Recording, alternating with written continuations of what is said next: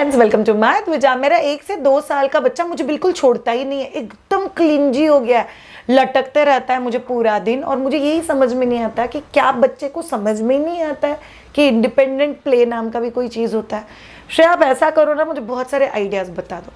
कुछ लोग बोलते हैं मेरे पास इतने सारे टॉयज़ है, लेकिन मेरा बच्चा किसी टॉय के साथ नहीं खेलता, उसको तो मेरे साथ किचन के ओटे पे ही आके बैठना है। कुछ मदर्स का क्वेश्चन होता है, मुझे ना बच्चा बाथरूम अकेले जाने देता है, ना किचन में अकेले जाते देता है, ना 1 मिनट भी मेरे पास बैठता है, इनफैक्ट आके मुझे चिपक जाता है। कुछ पेरेंट्स का कहना होता है कि श्रेया, मेरे बच्चे में कोई प्रॉब्लम है क्या, मुझे उसको ज़बरदस्ती इंडिपेंडेंट प्ले सिखाना है क्या। वैसे भी नहीं सिखा सकते आप लोग, बट आप लोग के दिल में ज़रूर आता है कि मेरा बच्चा तो मेरे ऊपर डिपेंडेंट हो गया है। एग्जैक्टली इसके सॉल्यूशंस क्या है? By the way parents, I am Shreya Shah, मैं इंटरनेशनली सर्टिफाइड प्ले थेरेपिस्ट हूँ। ये एक बहुत कॉमन क्वेश्चन है जो हम लोग अर्ली गुरुकुल और एडवांस गुरुकुल, इसके एज ग्रुप के डिटेल्स में यहाँ पे लिख रही हूँ। हम उस बैचेस में बहुत डिटेल में इस चीज़ को डिस्कस करता है, बट आप लोग को समझने की ज़रूरत है कि आपका बच्चा, स्पेशली जो 1 साल के ऊपर है, वो बहुत ज़्यादा सेपरेशन एंग्जाइटी समझता है।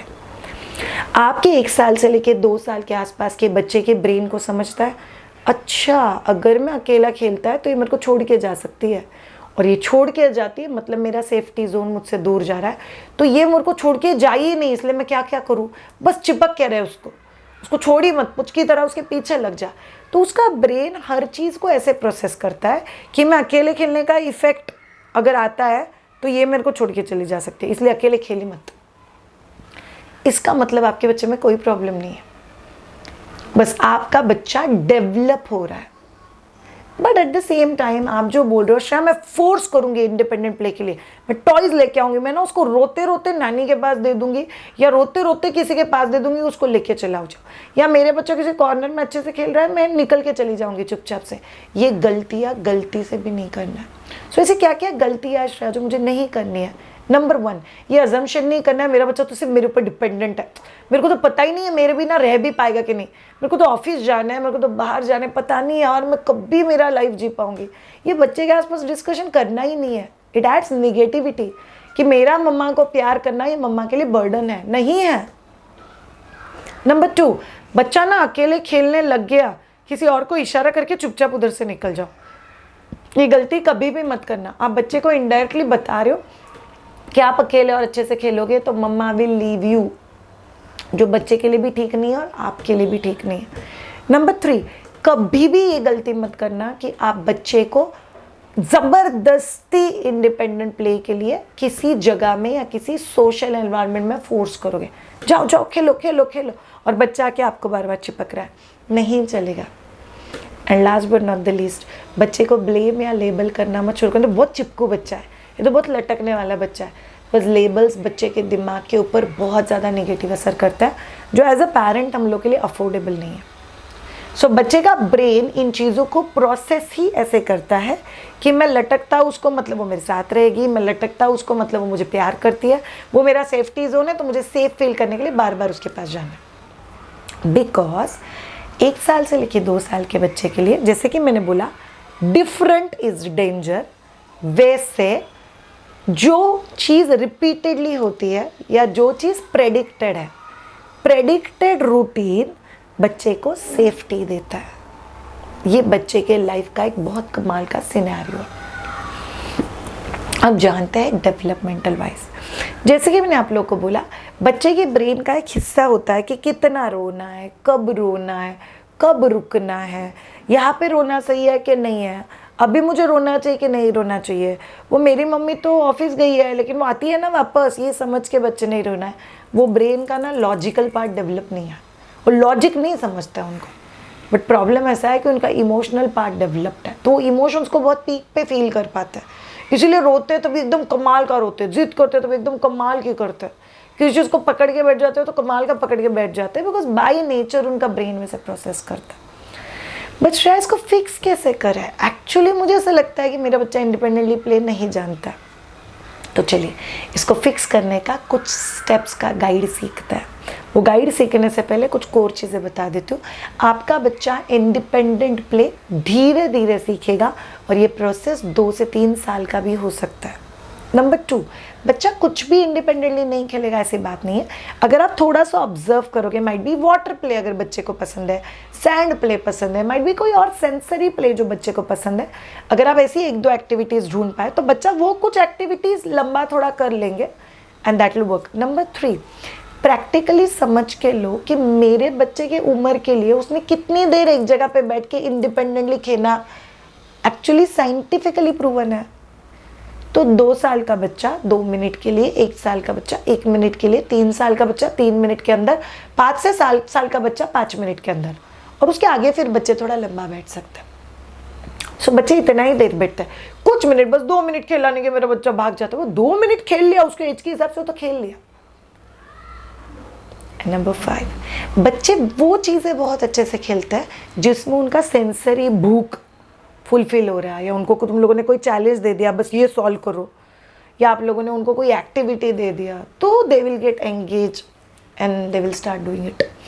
सो आप लोगों को बहुत सारे सेंसरी प्लेज, बहुत सारे cognitive play, please market based toys से नहीं, घर पे आइडियाज़ क्रिएट करके ये सब चीज़ें करनी पड़ेगी, और तभी वो एक्चुअल रियल लाइफ में आपके लिए बहुत एडवांटेज का काम करेगा। अब ऑलरेडी आपको पता है कि श्रेया बच्चा क्लिंजी हो चुका है, अभी ये सब समझने के बाद ऐसा लगता है कि ये एक फेज़ है जो पास हो जाएगा, बट क्या उसके लिए हम लोग को कुछ करना है 100%। मैं आपको 3 स्टेप गाइड बता रही हूँ जो आपको बहुत ईजीली हेल्प करेगा। चलिए आपके 3 स्टेप गाइड की तरह जाते हैं। नंबर 1, बच्चे के साथ खेलो। ये दिमाग से निकाल दो कि आपको बच्चे को इंडिपेंडेंटली खेलने देना है, एटलीस्ट मिनिमम 20 मिनट्स। सो हम लोग 20-20-20 का रूल बोलते हैं इस एज ग्रुप के लिए, उठने के बाद के 20 मिनट्स, आप ऑफिस से आते हो तभी, या बच्चा स्कूल से आता है तभी, या बच्चा आपको बहुत टाइम के बाद मिलता है तभी के 20 मिनट्स, और रात में सोने के पहले 20 मिनट्स। ये 20-20 मिनट्स के नॉन डिस्ट्रैक्टिव प्लेस अगर आप बच्चे के साथ करते हो जो कम्प्लीटली इन्वॉल्व प्ले है, तो ये बच्चे को बहुत ज़्यादा हेल्प करता है टू गेट कनेक्टेड। तो ये आप लोगों को करना बहुत ज़्यादा ज़रूरी है, बिकॉज बच्चा जितना सेफ्टी सिक्योरिटी आपके साथ फील करता है उतना दूसरों के साथ फील नहीं करता, और बच्चा कनेक्शन के ऊपर जीता है, कनेक्शन के ऊपर अपने ब्रेन के वायरिंग बनाता है, कनेक्शन के ऊपर अपने ब्रेन के सेट करता है, कनेक्शंस के ऊपर ब्रेन में कुछ बिलीफ सेट करता है, कनेक्शंस के ऊपर बच्चे का सेफ्टी और इमोशनल सेंटर काम करता है। तो आपको वो कनेक्शन प्ले करना बहुत ज़्यादा ज़रूरी है। एक बार आपको लगा कि हाँ श्रेया अभी बच्चे को पता है, चलो अभी प्लेइंग टाइम है और बच्चा बहुत अच्छे से खेलता है मेरे साथ, फिर आप लोग को पैरेलल प्ले इंट्रोड्यूस करना है। पैरेलल प्ले क्या होता है? पैरेलल प्ले मतलब बच्चा इधर अपना कुछ एक्टिविटी कर रहा है और आप साइड में माइट भी बच्चे का ही कोई ब्लॉग अटैच कर रहे हो, माइट भी आप झिंगा खेल रहे हो, माइट भी आप मोबाइल पे नहीं खेलना है, अदरवाइज बच्चा उसके हाथ का काम भी छोड़ के मोबाइल के पास आ जाएगा। या माइट भी आपने बच्चे को एक पजल सॉल्व करने के लिए दिया, आप एक पजल सॉल्व कर रहे हो, माइट भी आपने बच्चे को 4 ब्लॉक्स या रिंग्स दिए हुए एक के अंदर एक स्टैक करने के लिए और आप कोई और चीज़ स्टैक कर रहे हो। सो बच्चे को साइड में खेलने दो, आप साइड में खेलो। सो बच्चा धीरे धीरे पैरेलल प्ले के लिए भी कंफर्टेबल हो जाएगा, क्योंकि मैं मेरा खेल सकता हूँ, ये इंसान मेरे पास में बैठ के खेल सकता है। ये बच्चे को सीखने के लिए वापस 1, 2, 3 हफ्ते जा सकते हैं depending on your child, but ये आपको पैरेलल प्ले इंट्रोड्यूस करना बहुत ज़्यादा ज़रूरी है, बिकॉज पैरेलल प्ले जैसे ही पिक्चर में आ जाता है वैसे वैसे बच्चा सेफली खुद के साथ खेलना सीख जाता है।